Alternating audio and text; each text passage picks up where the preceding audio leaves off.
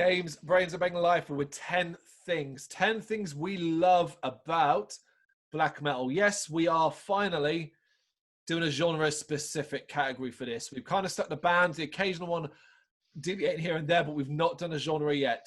And this was your idea. And you said, hey, black metal. I was like, you know what? That can work. We both know black metal. We both love it. We also both hate it at times. There's another video for that coming. So get us started then with your first one. All right.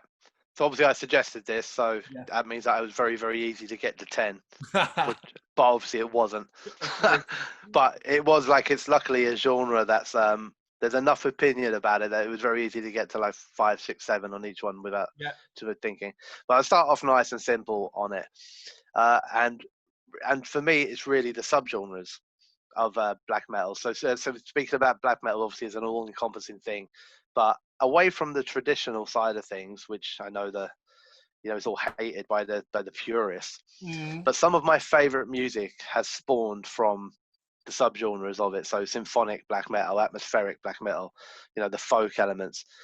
All the bands that I absolutely fucking adore, man. Bands like Cradle, Rotting Christ, Dark Mirror of Tragedy, Carrick Angren. Like, these bands are phenomenal, and they're not purist bands, but they all came because of black metal. Absolutely. And I think black metal is a bit of a weird one in that I think its subgenres that it spawned have far surpassed its main genre. Personally, but that's not that this one's about. Basically, it's just the amount of bands that I've picked up out of those subgenres. And you talk about antagonizing people. If that statement doesn't piss people off, you won't believe this, because truth be told, I was going to be very surprised if we had much in the way of doubling up here, because it's so wide-ranging. Yet, on the very first one, we have doubled up, so to speak. So I wrote the progression of the sound that has seen the growth of subgenres like symphonic black metal, atmospheric black metal, and post-black metal, seeing them grow in stature from what was ultimately a very one-note style of sound. And people have gone, let's take that and twist that. And you already named some fantastic bands. But I want to chuck in the likes of Maul and the likes of Ghostbath, who these are bands that haven't just changed my opinion of black metal or whatever. They are some of the best bands I think are the best in the world right now, Yeah, it's a whole subgenre I missed there, really, in that whole black gaze area. But it's phenomenal. Yes. So it's wherever you might think of black metal, the core sound. What spawned from that is, you said it's controversial. I fucking agree. Controversial to some in it, the idea that the subgenres have now surpassed the main genre. But there you go. And then just keep it nice and simple. Then I did. My next one, I just wanted to single out symphonic black metal in particular, which is just one that I absolutely fucking adore. I mean, there's just something intensely beautiful and morbid about raw, visceral black metal being mixed with the delicate kind of beauty of an orchestra or choirs or anything like that. And even more so when a band, and as they often do in symphonic, incorporate clean female vocals or anything like that to set off the harsh vocals. And although it's not the epitome of it, but the song that really exemplifies this for me is Tearing the Veil from Grace. Of course. And that, not just that song, but that style of music is like one of my top 2 or 3 styles of music. I think it's phenomenal. It's had such a huge impact on my musical listening over the last 10 years, especially. Maybe not so much when I was younger. I think I grew into it. Yeah. I think certainly something you grew to appreciate, I'm going to follow that up because you already touched upon symphonic black metal. I've got a few band ones related, and my first one is Cradle of Filth. Back when I was younger listening to this band, I had no idea at that time and could never have appreciated just how wide-ranging and important that version of black metal would be. Nothing pleases me more than a purist getting pissed off because Cradle of Filth aren't black metal and bollocks like that. We are strong stance defenders of Cradle, and I don't think without Cradle I would appreciate black metal even a quarter of the way I do now. Yeah. Oh, absolutely, 100% agree with that. Cradle it's really weird with Cradle, don't you think? I was speaking to somebody about this, actually, my wife, the other day, and she'll listen to, or she'll hear me listening to, like, Abbath, Immortal, Venom, stuff like that. And then she'll hear me listening to Cradle, and she's terrified of Cradle. Cradle's the shit that scares her. Wow. You know what I mean? Not Emperor, not Immortal. Yeah, This is yeah. Cradle, and she's like, that shit is creepy as fuck. Not just his voice, but the organs. That's the creepy shit there. That's very strange. Yeah. All right, cool. So next one for me then is shock factor. Okay. I very much love the shock factor. I love that the mainstream doesn't like it. I love that they're all scared of it. I love that my wife's scared of Cradle. I love that they can't understand the vocals. And in a way, I'm kind of like, good. It's not for you. It's mine. I think sometimes we feign annoyance when people say they don't like it or they don't get it, and we get all annoyed with them because they don't like it and they don't get it. But realistically, if we're being completely honest, it's also kind of like, yeah, good. Yeah. It's mine. You're not having it. Oh, very good. I think it's one of the more imaginative genres in regards to what artists and bands are capable of doing. I think when you get concept albums or stories, or we're trying to tell you this, or we're trying to paint a picture, I think black metal does that arguably better than anyone else into how they can do it. Be it a Carrot Angren album, for example, or a Cradle album, or even a Dimmu Borgir album. The imagery, what they use to create that music and stuff like that. I think black metal does it probably the best. Yeah, agreed.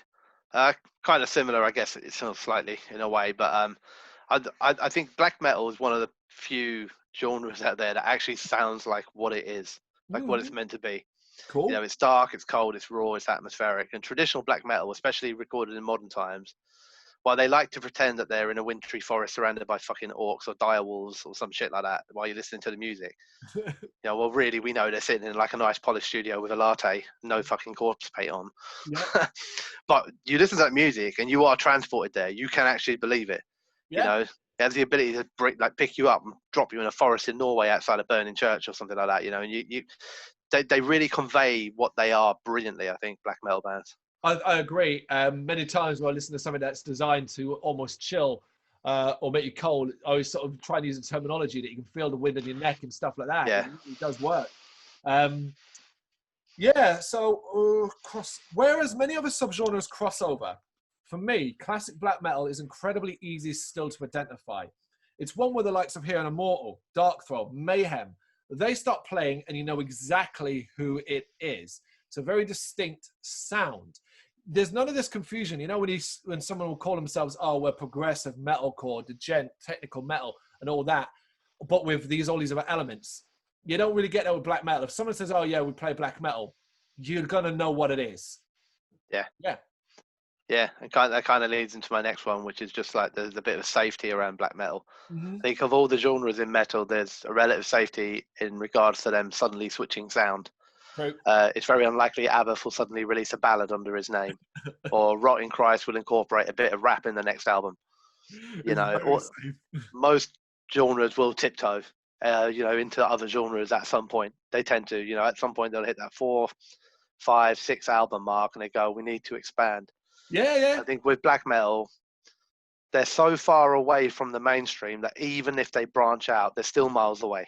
Yeah. Do you know what I mean? It's like you have to branch out for 100 albums to even get anywhere near the top of the pops or something like that. Oh, brilliant.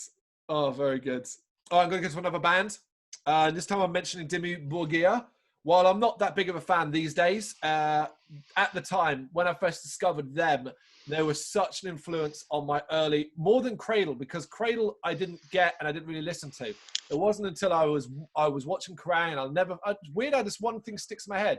And Morning Palace, the live video, or not, it was done like it was a live video, but it wasn't a video. It was a video of Morning Palace from Dimmu Borgir was playing, and I was fucking amazed. It was obviously symphonic black metal. So Dimmu Borgir, I really, if people say to me, name me a black metal band that got you into them, I will always say Dimmu Borgir first, because that's the major one. Cool. So we've got a nice simple one next. The vocals. I know it's not everyone's cup of tea. I get that completely. I really do. But I love black metal vocals. I don't care if it's the high-pitched shrieking, the low rumbling, growly, guttural stuff. My favorite is when they when they combine them both. Yeah. And you get a mixture of the two across the songs. But for some reason, I get, you're going to play it to a normal person, they can't understand the word I'm saying. Half the time, I can't fucking understand the word he's saying either, but I've probably read the lyrics, so I know. Yeah. But I love it. I love the vocal stuff. Yep. Again, how can you argue? How can you argue with that? On a similar point, I love the rawness, in particularly old school black metal. Sometimes that's what I can love my atmospheric, I can love my post, I can love my shoegaze, black gaze, and symphonic. Sometimes when you're like, okay, someone says, "Oh, we released this new album, and it's we released a new album, and it's just old school black metal," and sometimes that's just fucking perfect, just what you need because it's a guaranteed raw listen, even if they purposely done it that way. It's like sometimes that's perfectly fucking fine. Yeah. It's nice sometimes, isn't it? It's the only time when someone says, "Oh, it's a raw," use the word raw in describing their album to us, that I go, okay, that's fine. If someone went to me, "Oh, it's raw metalcore," I'd be like, do you mean it's shit metalcore? You mean a demo? Yeah. But with black metal, it's like, yeah, it's fine. It's fine. Raw sounds great. What have I got? Okay, so you kind of touched on this a little bit, I guess, but mine specifically is around the imagery in the live environment. I love how they deck out their stages. I love, whether it's fucking Bible burning crosses inverted or not, doesn't really matter. Candles, cloaks, pentagrams, goats, fucking skulls, fire everywhere. You look at some of the things like, I don't know, say a Behemoth stage setup, something like that. I fucking love it. As fans of darker stuff in general, whether it's horror or horror books or whatever it is, that's my jam. That's my horror metal. Yeah. Do you know what I mean? That's my ticking off both boxes, really. Love it. Can you remember what is the most shocking thing you've seen a black metal band put on stage? Is there anything that jumps to mind? Probably not, because of shocking is a tough one, isn't it? Because just like with, nothing really shocks you. I'm trying to think. Unexpected then, I guess. Or were you like, wow, I can't believe they did that? Do you know, one of my earliest Cradle gigs, and this is probably not very, very shocking, but let me regale you with a tale. One of the first Cradle gigs I went, so I would have probably been like, it wasn't the first one. I think it might have been like the second or third time I saw them. And it was at London Astoria, still in London. And I would have probably been like, I don't know, 17, something like that, maybe a bit, maybe even younger. And I went to see them, and they had 2 women in cages hung from like this, not quite the ceiling, but like hung high up in the Astoria. You couldn't reach the cages, but it wasn't that far above you.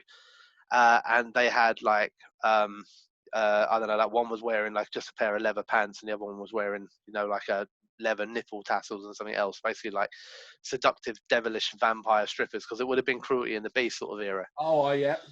And I remember being there, and, you're young, red-blooded male, and you're like, I was at a metal gig, one of my first still, I've probably only been to like 5 or 6 by this time, if that, and I didn't always know the band, so this was like something I knew. Yeah. Danny came out, or somebody came out on stage, and they were on stilts as well, so they had all this kind of monstrous stuff happening. Danny was screeching, there was somebody on stilts reaching out over the crowd, and above you were these 2 like fit half-naked birds. And it wasn't shocking in that I can't believe they did that. It was more like, I can't believe they're doing this. Yeah, it's quite unique. When you're there and you're that age and you immerse yourself in it, probably more so than we do these days, because we're, I guess, more looking for our opinions of what we think of it. We're going to review it. We immerse ourselves in it, but we're also thinking more. Agreed. Back then, you were just getting smashed, and then looking at your surroundings and being like, what did you do last night, Brendan? Well, I went down, watched some vampires on stage with a guy on stilts while 2 half-naked, like, fully grown women were dancing above my head. It's like, yes, I love black metal. Brendan always manages to turn it into a story. Mine is just simply Watain pig's heads on stakes. Well, actual pig's heads, or like the, oh wow, okay, yeah. See, I've not come across any of that yet. I've always seen. Weirdly enough, I think I've seen more shocking or what's meant to be shocking things from people that are painted as black metal kind of inclined bands, but they're not black metal bands. Like I could, you could argue that Ghost bringing out a load of nuns to feed wafers to the crowd is quite like, whoa, what the fuck? Yeah, very good. Oh, Hell, some of the stuff that Hell do on stage, I think like, it doesn't shock me and you per se, but you could perceive it as shocking. Yeah, because of the religious connotations, absolutely. Yeah, him standing behind like the plinth, like as a priest, and throwing the Bible about and all that, and then he comes back out as on stilts as a devil. And yeah, I've not seen stuff like that, you know. That's cool. That's cool. So who did the last one? We went on. I did the Imagery one. That's right. All right. Cool. Right. I'll do another band. They've actually been mentioned. Weirdly enough, I can't believe they've been mentioned several times already. This band, as they are niche, but you mentioned them. And it's Carrick Angren. And for me, this is a band that is the most modern and perfect example of someone taking black metal, keeping its core values the same, and then going, now we're going to fuck around with that to a point that you will be amazed. Their fairy tale-esque symphonic elements are on another level. And by the time this, actually, this will be out sooner. So this will be out before the new album is out. And the new album is fucking amazing. Amazing band. Carrick Angren, when I first came across them, I think 2014, I was shocked. Because on their face value, I saw a picture and was like, cool, black metal band. It all looked twisted, gnarled, forest and all that. And then I heard it and was like, oh, you're doing something new. Yeah. They're a phenomenal band. Mm-hmm. That's why, like, when I listed the bands, I didn't separate them. It was Rotting Christ, Cradle, Dimmu, Carrick Angren. Yeah, when you said it, I'm like, did he say Carrick? All right, cool. Yeah, because they what I was trying to do when I listed those bands was like, show the slightly different subgenres of it. And like you say, Carrick are different. Very. Just like Rotting Christ are, just like Cradle are. But they're leaders. I do think they're leaders. I think already at their early-ish stage of their careers, I think they're fucking leaders, man. Absolutely. They're going to be huge, I hope. Cool. So I'm gonna I guess drop a name rather than a band, but the band can come with it. But Isan. Oh, of course. So more so for me than Emperor, though I do love Emperor.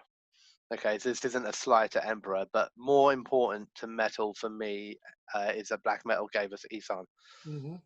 Or Ison. I think some people say, I don't even know how you meant to pronounce it, but I'm going for Isan.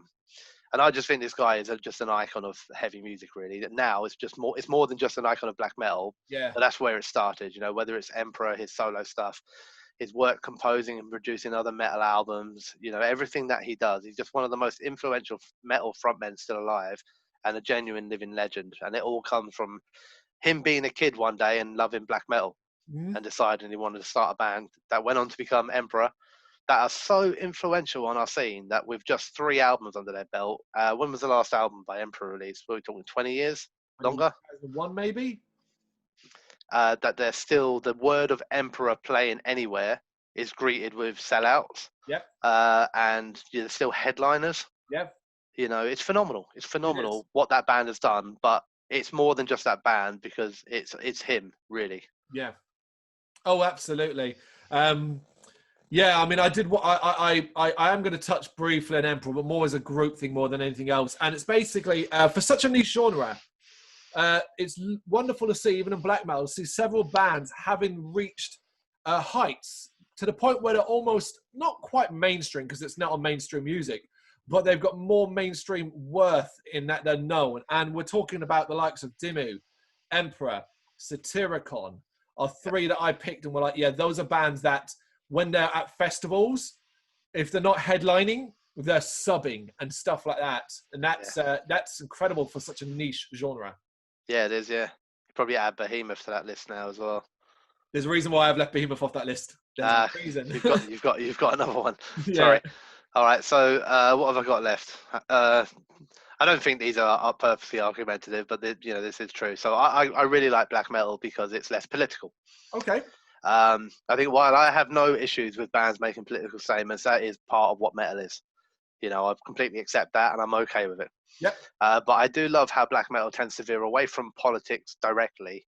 Instead, it deals a lot of not all the bands, don't get me wrong, but a lot of it deals with the occult, history, mythology, fantasy, all topics of interest to me anyway, but delivered in a black metal style, given a unique take on it. It's more of a music to escape into rather than one that makes me want to go out, grab a banner and, I don't know, climb on top of Big Ben or whatever. Yeah. And in a jokey way, I can honestly say, like just as an example, that I know so much more about, say, Elizabeth Bathory than I ever would have, purely because I listened to Cradle. Very, very good. Yeah, you're not wrong. Who was Joe, they got who's the fucking focus of one of the later albums? The one who, oh, my mind's gone blank. The one with Doug Bradley speaking on it. Is this about the Witchfinder? No, he was the. Oh fuck. No, I can't remember what it is. But no, my point is, yeah, you're right. You end up picking up bits and stuff of knowledge and based off just on that completely. Because you're right about it's that stuff like I gravitate, I guess. I suppose we all do because it's even in the horror. But I gravitate towards with books, with the films that I watch, with my reading, anything like that. This is the sort of stuff if someone goes, oh, there's like a new movie out about what Elizabeth Bathory did back in the day, I would watch that. What black metal does is it gives me those stories, but in their style. It's like the best of both worlds. Yeah. Right, my second last one, as you've already spoiled it, was another band. And it is separately, it's Behemoth. And not just Behemoth as a band, as an entity in itself, but one particular album, and it is The Satanist, which, for a black metal album, which is, I cannot believe you're now starting to see pushback on The Satanist. Because, I don't know if times makes people idiots, whatever, but this didn't just break the mainstream, man. This is one of the most popular albums and great albums of the last, decade.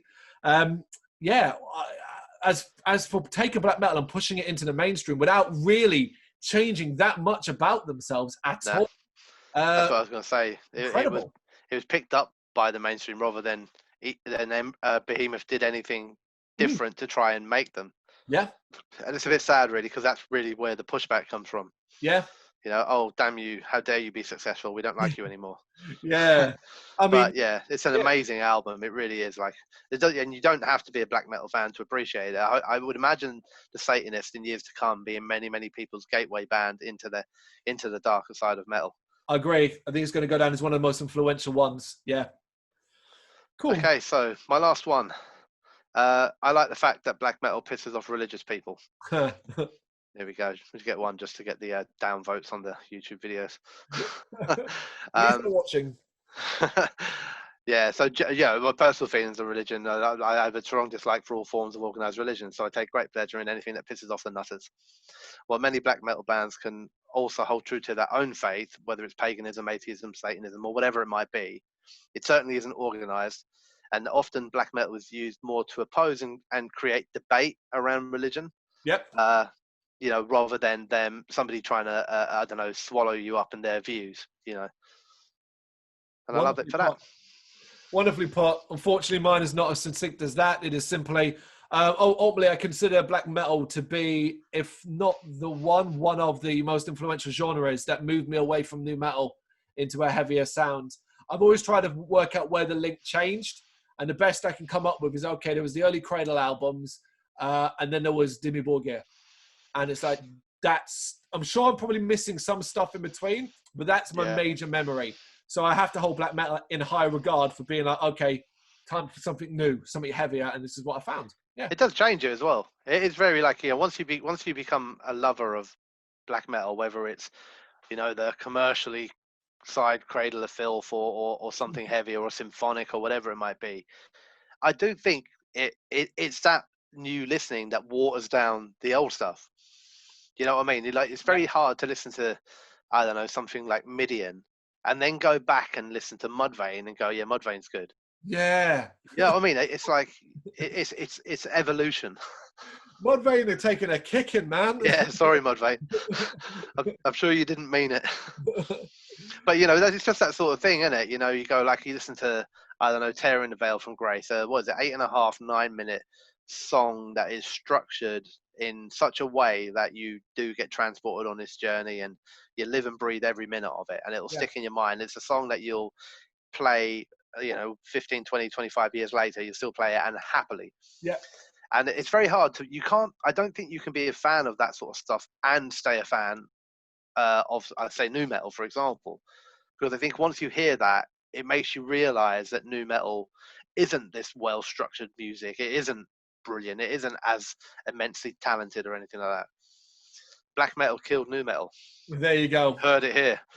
Statement. There you go. There's our 10 things we love about black metal. Let us know some of yours in the comments. And of course, we will have 10 things we hate about black metal.